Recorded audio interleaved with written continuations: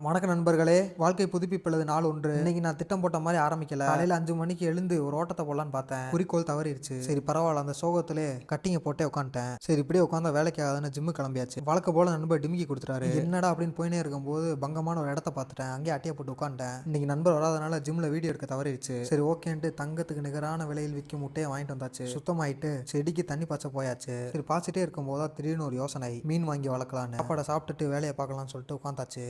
இதுதான் மக்களே சாப்பாடு. 6 முட்டை, புட்டு, சுண்டகல்ல, மீன் எண்ணெயை போட்டு வேலையை ஆரம்பிச்சாச்சு. ஓரமா கடந்த ட்ரம் எடுத்து சுத்தம் பண்ணிட்டு இருந்தேன். இதுல போட்டு வளர்க்கலான்னு. நம்மளே எப்பயாச்சும் வேலை பார்க்குறோம், அப்பயே மழை வருது. ஆற்று அணை போட்டு தடுக்கலாம், சூறாவளியை தடுக்க முடியாதுன்னு வேலையை ஆரம்பிச்சாச்சு. தண்ணி வெளியேறதான் செக் பண்றதுக்கு செலோட்டை போட்டியாச்சு. இன்னைக்கு பர்ச்சேஸ் பண்ற வேலை இருந்துச்சு. டக்குன்னு வண்டி எடுத்து கிளம்பியாச்சு. ஃப்ரெண்ட்ஸ்ல ஏதோ ஆஃபர் ஆமே, அதான் 2 சொக்கா எடுக்க கிளம்பியாச்சு. அதான் மக்களே, நான் அடுத்த சொக்கா எப்படி இருக்குன்னு கமெண்ட் பண்ணி. நானும் ஒட்ட ஒரு தலைக்கவசம் எடுக்கிறேன். வண்டியில போகும்போது பறந்து போயிடுது. சரி ஓகே, எல்லாம் வாங்கிட்டு அங்கிருந்து சாப்பிட கிளம்பியாச்சு. இன்னைக்கு மதிய சாப்பாடு புரதம் கலந்த சாப்பாடு தான் நண்பர்களே. சாப்பிட்டுட்டு நடந்துட்டு போயிட்டு இருக்கும் போது அந்த டப்பாவை பார்த்தேன். 300 ரூபாயாம்.